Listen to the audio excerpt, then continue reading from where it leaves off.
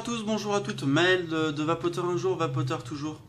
Alors aujourd'hui, ça va être une vidéo un petit peu spéciale, car voilà, tout simplement, je vais vous faire une revue sur du matériel qu'on a reçu généreusement. Et par la suite, en fait, je vais tout simplement faire un montage dessus, et ce sera un montage qu'on n'a pas forcément l'habitude de voir, surtout en FR. Et donc, tout simplement, aujourd'hui, donc, je vais vous présenter un petit tato de chez Smoke-Tech, et c'est le Caterpillar RDA qui nous a été envoyé donc par Steam & Vap. Et particulièrement, je remercierai donc Save et Alex. Merci de votre confiance et de votre générosité pour m'avoir envoyé cette petite boîte. Alors déjà c'est assez sympa en premier aperçu, parce que justement généralement voilà, on commande un Nato, on a soit une boîte toute pérave, soit rien, voilà. Soit vous avez juste un pauvre papier bulle autour d'un Nato, etc. Là voilà, en fait vous l'avez directement dans la boîte, et attention, ça fait des chocs à pic. Boum, voilà votre petit bijou dans la boîte. Franchement, rien que ça, pour moi, Smoke-Tech, ils ont tout compris. C'est joli, ça coûte rien, c'est voilà. Et surtout, le détail qui tue, comme vous pouvez le constater, je vais vous le sortir. Voilà. Le détail qui tue, c'est le drip tip. Eh oui, le drip tip est inclus dans le coffret. Donc ça, je trouve que c'est vraiment sympa. Encore une fois, on a toujours l'habitude de recevoir des drippers ou certains atos sans drip tip. Au prix où on les paye, quand même, des fois ils pourraient nous mettre quelque chose. Enfin bon. Et donc je visse sur, je l'ai posé donc sur le magnéto, donc également de chez Smoke-Tech. Et déjà esthétiquement, pour ma part, hein, après ça c'est au choix de chacun, il y a quelque chose que j'aime beaucoup, c'est que ça soit au niveau du drip tip ou sur le top cap, on retrouve ces rainures, ces trois rainures qu'on a sur le magnéto. Et bon ben voilà, c'est un petit détail comme ça, mais voilà, c'est un petit détail qui va plaire, je pense. Voilà, ça fait un petit truc assez sympathique. Après, autre chose donc à dire sur ce sur ce dripper, c'est la petite bague dorée. On va avoir en fait un réglage d'airflow. Vous voyez. Donc tout simplement, si vous voulez taper sur faire du dry et pas normal avec un simple ou en dual coil, voilà, vous pouvez régler votre airflow. Et pour ceux qui voudront vraiment partir sur du power vaping et avoir un airflow de malade, et ben voilà, on va pouvoir tourner tout simplement la bague dorée, et vous aurez donc 5 trous de 1 mm de chaque côté. Ça fait quand même pas mal de millimètres. Ce qui fait que voilà, sur du power vaping, si on veut vraiment avoir une prise, une arrivée d'air assez importante, histoire de ne pas se cramer les poumons, vous pouvez. Donc que dire, sinon le drip tip il tient. Vous voyez, je suis sur le magnéto il pèse son poids, il n'y a pas de souci, sur le drip tip. On est vraiment sur quelque chose de qualitatif. Les joints autour tiennent énormément aussi. C'est vraiment et ça qui est du Joyce ou pas, très sincèrement, on est vraiment sur quelque chose qui tient bien. Pour une fois, ça glisse pas, on s'en met pas de partout, etc. Franchement, c'est sympathique. Et puis après, sinon, pour le plateau, le plateau 3 plots qu'on va retrouver sur son petit frère, donc le Scar RDA. Et contrairement au Scar, justement, le truc assez sympathique, c'est que nous avons, voilà, les petites échancrures en haut des vis, justement, pour pouvoir les visser correctement avec un petit tournevis à la fin. Parce que bon, on peut le faire avec les doigts, mais si on a besoin de mettre un petit coup de tournevis, histoire de serrer un petit peu plus, on peut. Alors que l'autre, limite, des fois, j'étais obligé de prendre une petite pince. Donc voilà pour le côté un peu sur le plan esthétique, on va dire technique également. Le réglage d'airflow, j'y reviens dessus. Il se fait tout simplement, en fait, voilà, il se tourne. Il n'y a pas de, il y a pas de vis. C'est parfait. J'ai jamais eu de problème avec. C'est réglable à souhait. On n'a pas besoin de le repercer, etc. Franchement, pour moi, il a tout d'un bon dripper. Alors, ce qu'on va faire, c'est que maintenant, on va passer en gros plan. Et le montage que je vais vous présenter sur celui-ci aujourd'hui, c'est le Nano Dragon Coil. Donc je vais vous expliquer tout ça en gros plan. Donc nous nous retrouvons pour le montage du Nano Dragon Coil.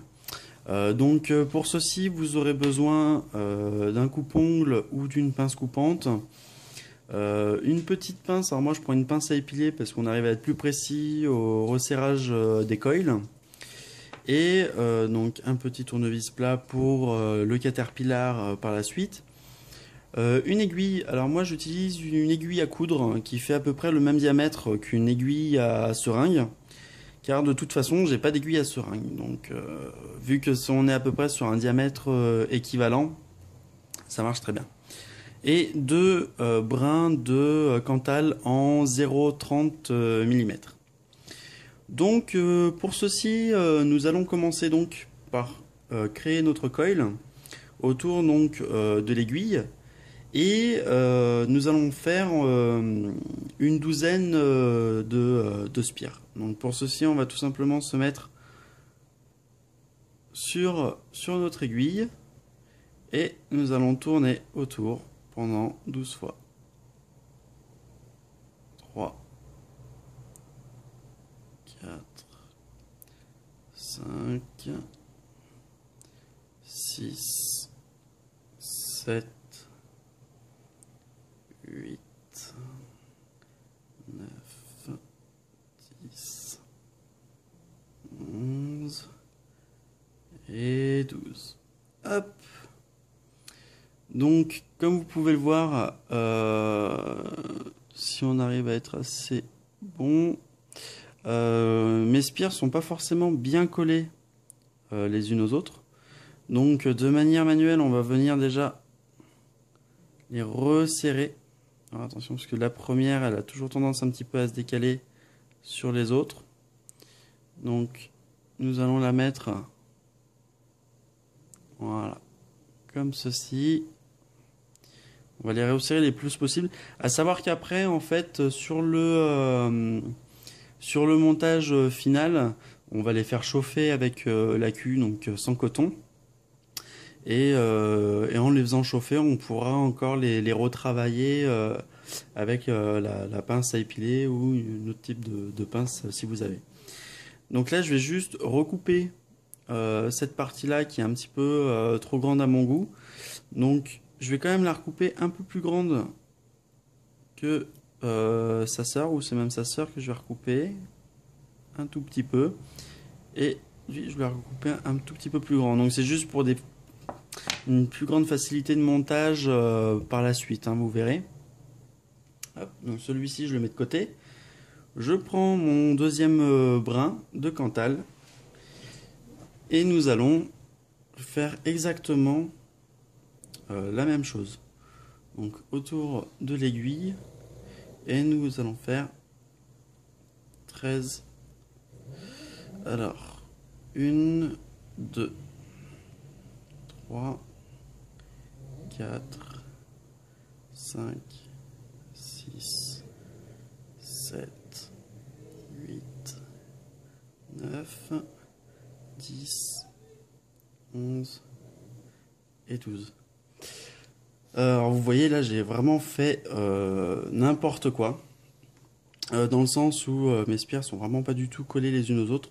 Mais c'est pas grave, comme je vous l'ai dit tout à l'heure, on vient les retravailler et vous voyez de suite avec une petite pression de chaque côté avec les ongles, on se retrouve déjà avec quelque chose d'un petit peu plus correct qu'on viendra finaliser par la suite lors du montage. Hop, voilà. Je vais redresser un petit peu. Voilà. Donc comme précédemment, je vais couper la partie la plus grande comme ceci. Et voilà, nous avons en fait tout simplement nos deux coils de préparés. On prend donc notre Caterpillar en dévissant les trois plots et nous allons commencer notre montage.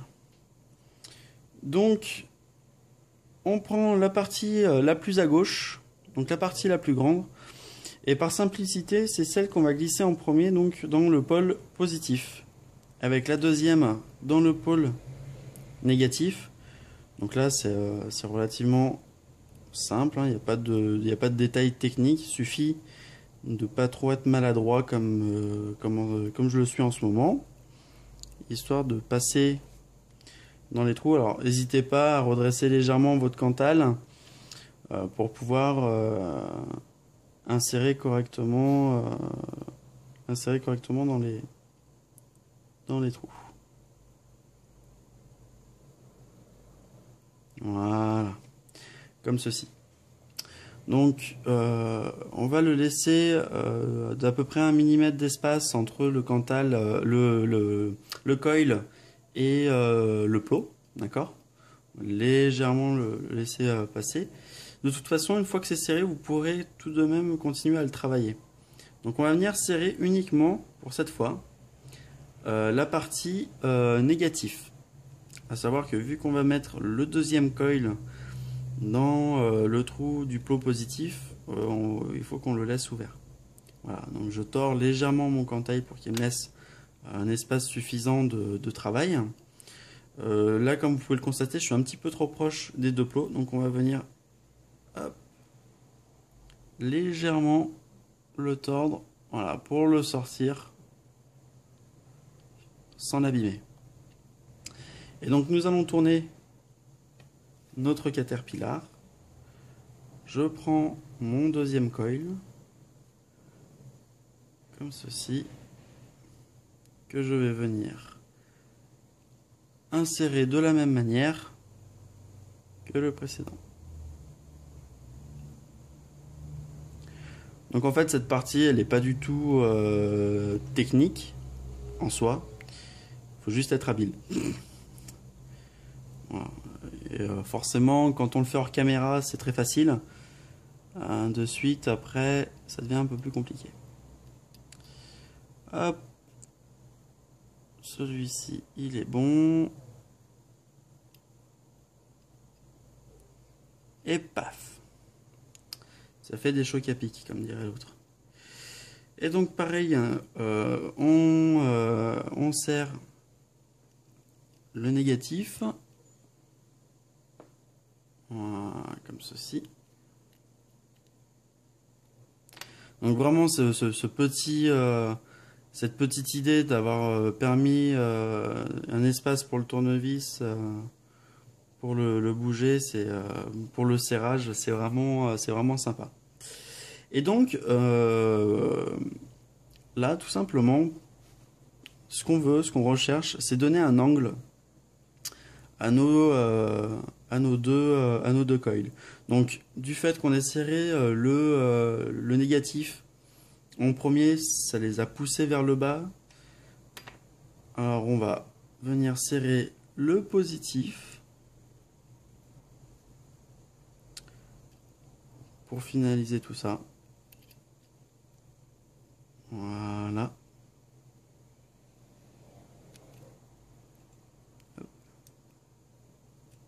Alors, serrez pas trop, parce que là, je vois, vous voyez, en serrant, mon coil s'est vraiment rapproché du plot. C'est pas bon.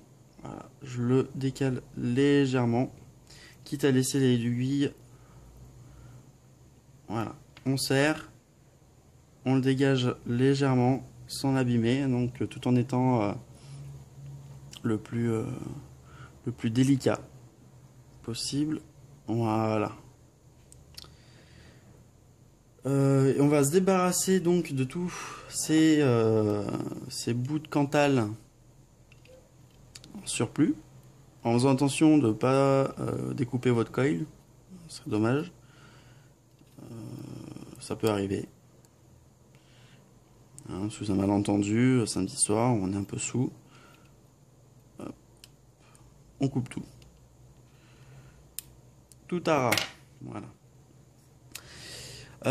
Donc normalement avec une douzaine de spires en 0,30 comme ceci, on va être aux alentours des... on va avoir une résistance globale avec les deux coils à 0,3 ohms. À savoir qu'on n'a pas fait chauffer le Cantal en premier, donc en fait à force de le faire chauffer, notre résistance risque de monter un petit peu. Donc je vais le faire chauffer. Voilà, donc on voit que c'est que du caca. Hop. Alors, j'ai mis un petit coup un peu trop fort sur ma résistance. Je vais venir la redresser. C'est pas grave, hein. Il n'y a rien de cassé. Ça arrive. Hop, je la remets dans l'angle que je le désire. Donc toujours l'axe central vers le haut et l'opposé vers le bas. En fait, il faut essayer de faire une croix avec les deux coils opposés.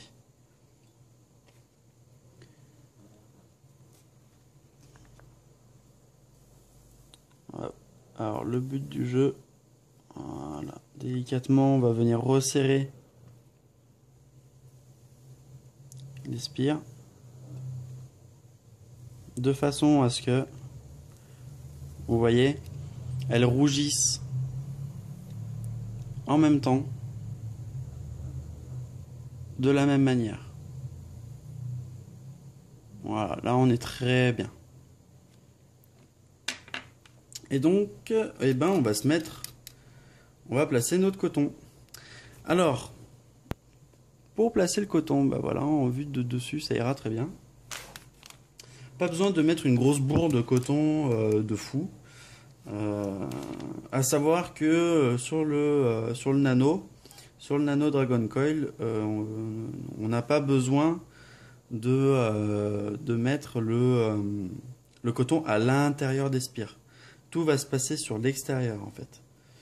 Donc pour préparer le coton, bah, comme d'habitude, vous prenez un morceau de coton que vous allez venir enrouler dans vos petits doigts.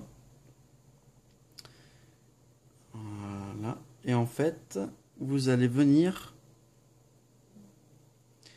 le passer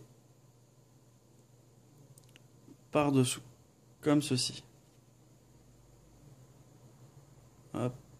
Voilà, on verra mieux comme ceci. Vous allez le passer par-dessous, et vous allez venir le repasser par-dessus. Donc on a une pliure qui se fait au niveau du coil. Alors sur ce montage-là, le but du jeu, c'est que le coil soit entièrement recouvert de coton, sauf la partie centrale ici. D'accord ? C'est vraiment très important que cette partie-là reste ouverte pour laisser échapper la vapeur.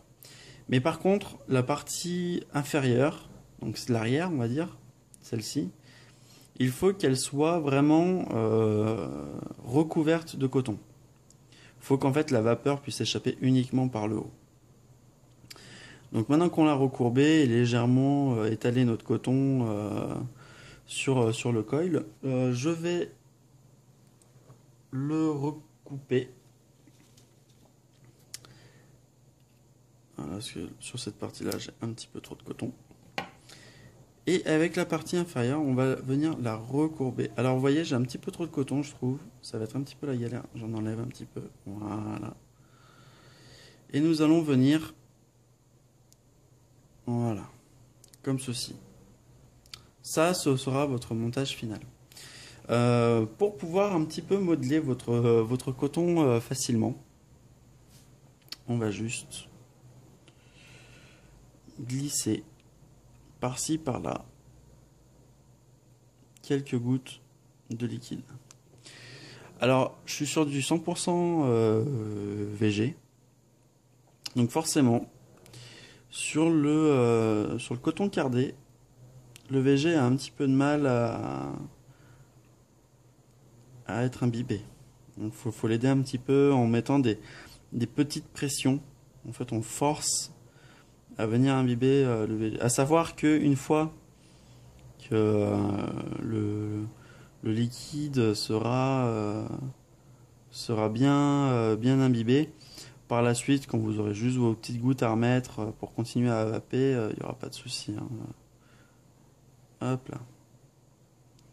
Et donc voilà, encore une fois, le but du jeu, je me répète, hein, c'est assez important pour réussir ce montage, c'est de bien faire attention qu'il ne puisse pas avoir d'air sortant ici.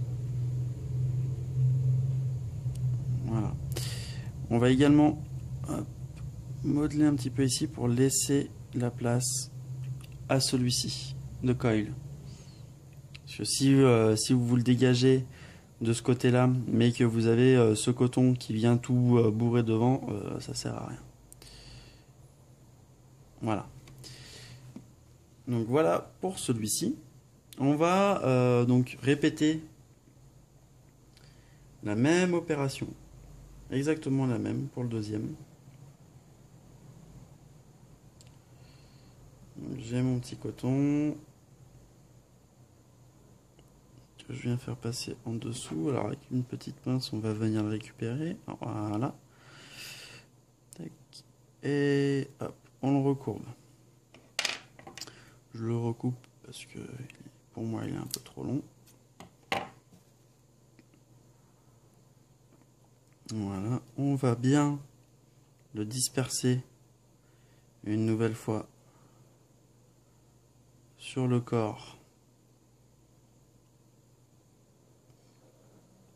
du coil. Et cette partie-là, on vient la recourber. Et comme pour l'autre, on va venir le modeler avec un petit peu de liquide. Donc voilà, il faut bien que l'arrière soit bouché de coton.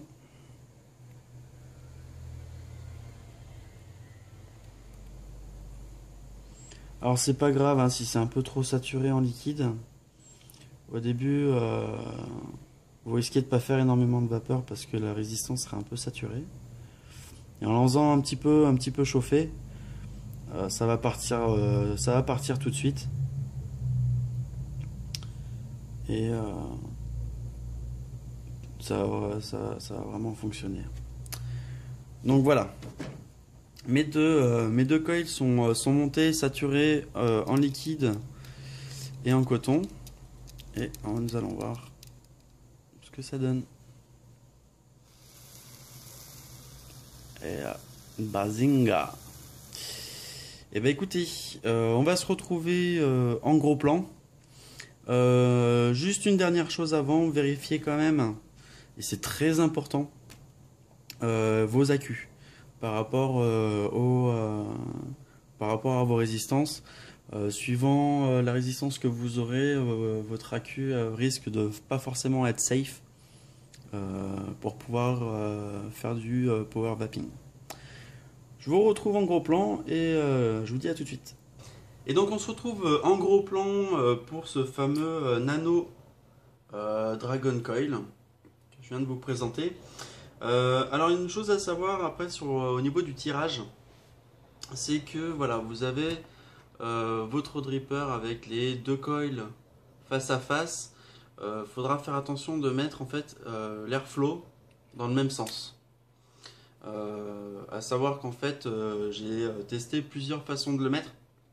Sur le côté, ouvert, moins ouvert, etc.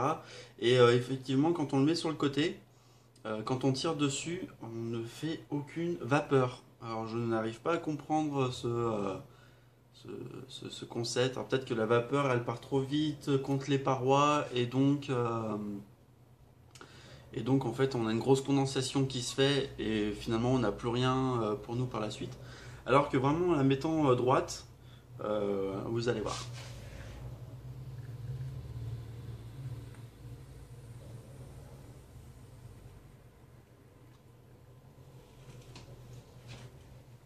Voilà, je vous vois plus.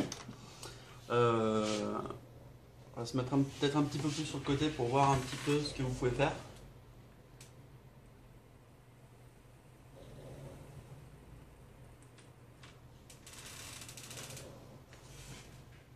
Voilà, vous pouvez enfumer votre appart, embêter votre copine quand elle regarde la télé.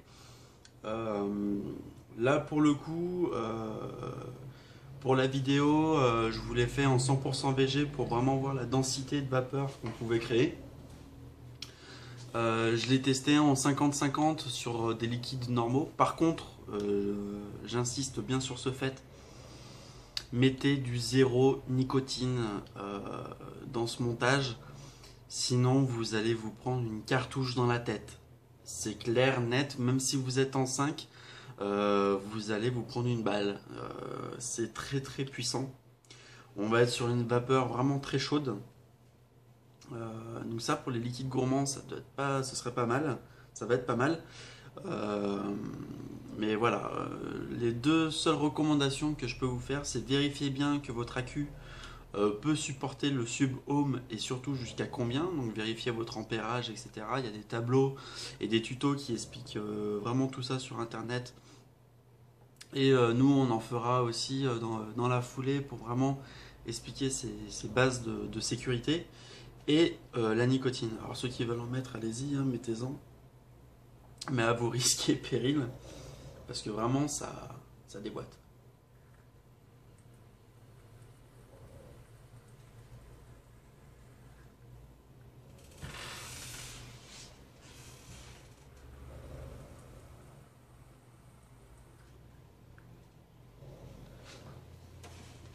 Et ben je vous dis à tout de suite pour la conclusion de cet atto et du montage. Et donc on se retrouve pour la conclusion du Caterpillar RDA et du montage Nano Dragon Coil. Avant de commencer à déblatérer un petit peu de partout, je tiens à remercier Save et Alex de Steam Vap, très très sympa, le petit mot qui va bien, etc. Franchement, vous êtes au top. Je tiens quand même à vous remercier. Envoyer du matériel à faire tester, c'est pas toujours évident, donc je vous remercie de votre confiance. Pour en revenir donc sur le dripper. Sur ce dripper là, très sincèrement, je vous ai dit au tout début les points assez positifs, c'est-à-dire le drip type, le design qui se rallie un petit peu à l'organe Smotech par rapport au magnéto. Bon, on va avoir le réglage de l'airflow très simple, enfin ouais, même plus que simple, parce que franchement pour le coincer celui-là, je sais pas comment on peut se débrouiller. On est vraiment sur un large panel de choix sur l'airflow. Donc non, franchement vraiment très sympa. Le montage, le plateau, etc. On a de la place, les plots ils se visent correctement, etc. Il n'y a vraiment aucun souci. Tout va bien. Vous voyez là il y a du jus dedans. Il tient toujours. Donc franchement les joints ils sont assez corrects. Le truc que je pourrais lui reprocher, mais bon ça c'est un petit peu le problème de certains drippers, c'est que voilà, là j'ai tiré quelques barres dessus, etc. Et condensation oblige, il goutte sur le bas. Voilà. Donc on va lui mettre un petit coup sur le côté. On se le remet en place. De toute façon, c'est un dripper, donc on le démonte assez régulièrement. On va le trouver. Et là, Et là, c'est une tuerie. On va le trouver au prix, aux environs, entre les 15 et 16 euros. Et ouais. Et là, par contre, là, ça envoie du gras et du lourd, parce que un bon petit dripper avec un airflow réglable, le drip tip intégré pour 15 balles, mais foncez. Cherchez pas à péter du clone ou quoi que ce soit, à part si vous voulez la péter sur l'esthétique ou avoir quelque chose qui vous convient mieux. Après, ça voilà. Mais si vous voulez un truc tout de suite, de dispo, pas cher, fonctionnel, euh, voilà. Franchement, très sincèrement, j'ai pas grand chose d'autre à redire sur cet atout-là. Alors, bien sûr, il y en a qui vont toujours lui trouver des défauts et autres. Là, on est sur une review de présentation de matériel. Hein. Je suis pas là à vous le décortiquer en disant oh là là, attention, là le joint il fait 1 micron de moins que l'autre. Non, non. On est sur une revue d'un atto et très sincèrement, c'est hyper agréable de vaper dessus. Pour le montage Nano Dragon Coil, je fais juste un petit bref clin d'œil au reviewer américain Rip Trippers qui m'a permis on va dire, de vous traduire en fait son montage, hein, parce que je me suis inspiré de sa vidéo. Donc merci à lui pour son dévouement quotidien envers la vape. Et ben écoutez, juste dernière chose, faites attention aux taux nicotine que vous prenez quand vous faites du power vaping, vraiment. Et surtout, faites attention à vos accus. Il y a plein de tableaux qui existent sur le net. Je pense qu'on va en mettre un en fin de vidéo. Comme ça, vous pouvez avoir une idée par rapport aux accus que vous voulez. Mais en tout cas, évitez le no-name pour le power vaping. Et vérifiez surtout l'ampérage par rapport à vos ohms. Il y a des applications qui existent ou des petits programmes sur ordi qui existent de pouvoir justement calculer vos ampérages, vos watts, vos volts par rapport à votre résistance et votre accu. C'est super important. Voilà. Une vape safe, ce sera toujours moins de ça qu'on entendra parler dans les journaux pour discréditer la cigarette électronique. Et bien écoutez, je vous souhaite une bonne vape et une bonne journée.